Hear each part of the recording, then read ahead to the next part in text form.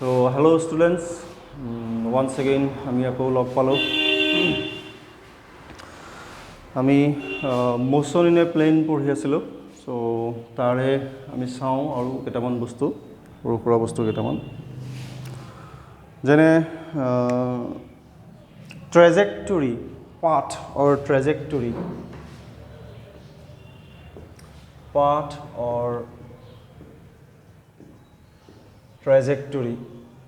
কেনেকৈ উলিয়ায়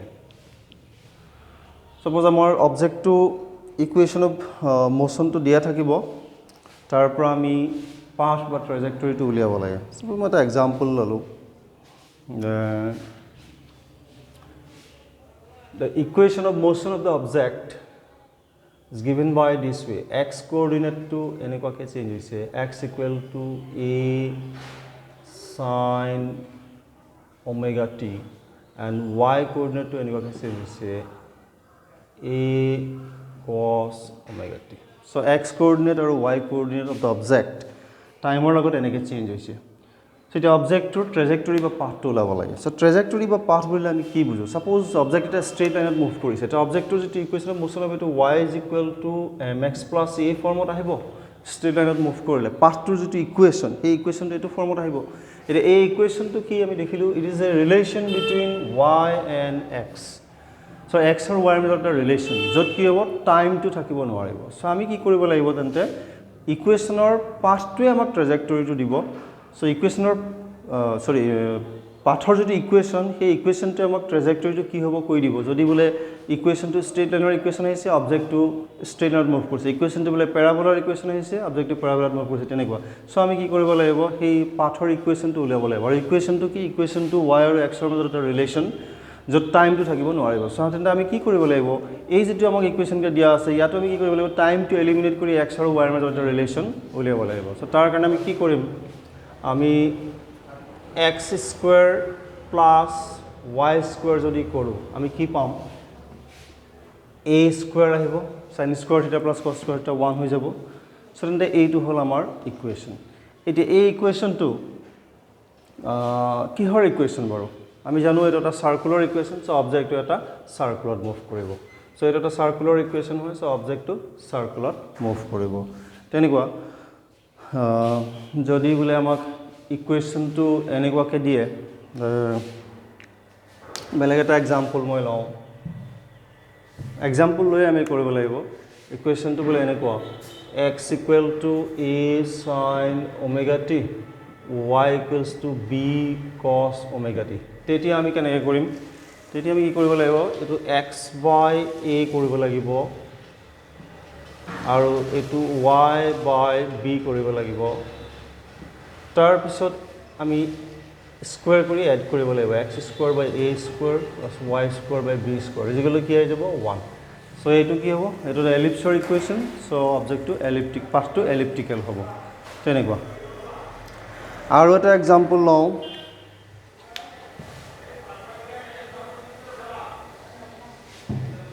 বোলে x = দিয়া আছে at আৰু y = দিয়া আছে bt minus ct².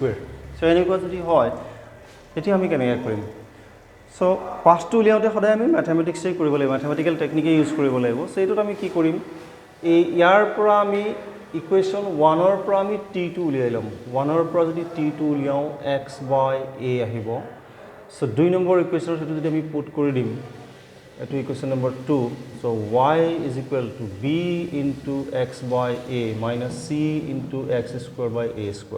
so এটা আমি এনেকুৱাকৈ দেখিম b/ax minus c/a² into x². so এইটো কিহৰ ইকুৱেশ্যন এটা লিনিয়াৰ হৈ আছে এটা কোৱাড্ৰেটিক হৈ আছে এইটো এটা পেৰাবোলাৰ ইকুৱেশ্যন যেতিয়া দুটা প্যাৰামিটাৰ x আৰু y ৰ ম্যাক্সিমাম পাৱাৰ এটাৰ 1 থাকিব এটাৰ 2 থাকিব তেতিয়া হলে এটো পেৰাবোলাৰ ইকুৱেশ্যন হয় এটা লিনিয়াৰ ভেৰিয়েবল এটা কোৱাড্ৰেটিক ভেৰিয়েবল সো এটা এটা পেৰাবোলা হয় সো এনেকৈ আমি পাম সো এইটো হল আমি পাথ কেনেকৈ উলিয়াও আৰু কেতিয়াবা কোৱেশ্চন উঠে এনেকুৱাকৈ মই এটা এক্সাম্পল দিলো সাপোজ কোৱেশ্চন আহিছে আগত যেনে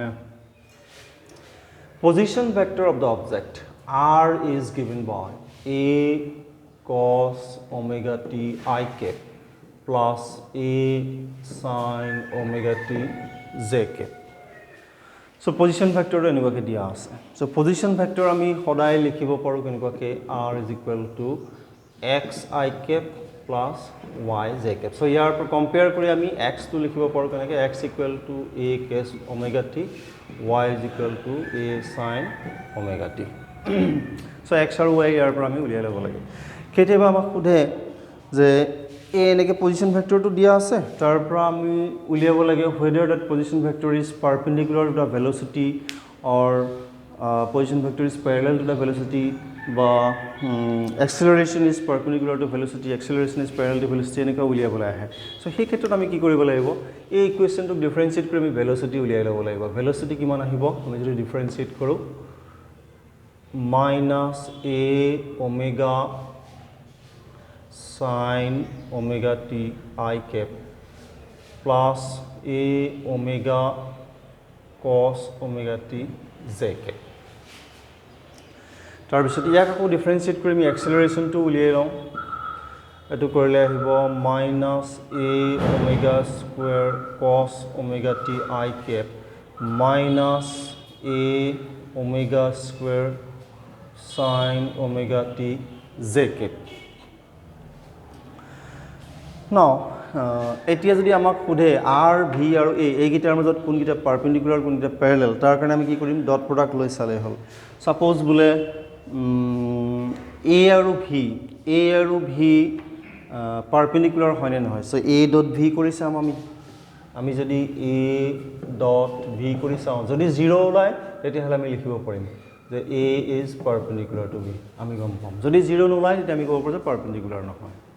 তেনেকুৱা আকৌ কেতিয়াবা এনেকুৱাকৈ সোধে যে এক্সেলাৰেশ্যন ইজ ডাইৰেক্টেড এলং r বা অপজিট টু r, তেনেকুৱা সোধে. সো সেইটো কৰিবলৈ আমি কি কৰিম, আমি এই এক্সেলাৰেশ্যনটো মই ইয়াতে দেখাইছোঁ, এক্সেলাৰেশ্যনটো এনেকুৱাকৈ লিখিব পাৰিম a is equal to minus omega square, যদি আমি কমন লওঁ থাকিব a cos omega t I cap plus a sin omega t j cap minus omega square a cos omega t I cap a sin omega t j cap. এইটো হ'ব r.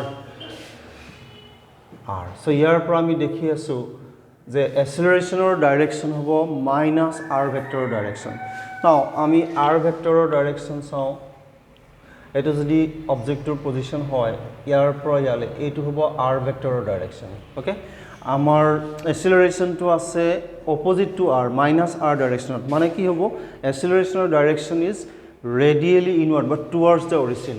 a is towards the origin. কেতিয়াবা সোধে is away from the origin, towards the origin. So তেতিয়া আমি ইয়াৰ পৰা ক'ব পাৰোঁ. যদি এইটো প্লাছ আহে তেতিয়াহ'লে a will be along r, so আমি ক'ব পাৰোঁ it is away from the origin. যদি এইটো মাইনাছ আহে আমি দেখি আছোঁ it is towards the origin because r is always away from the origin.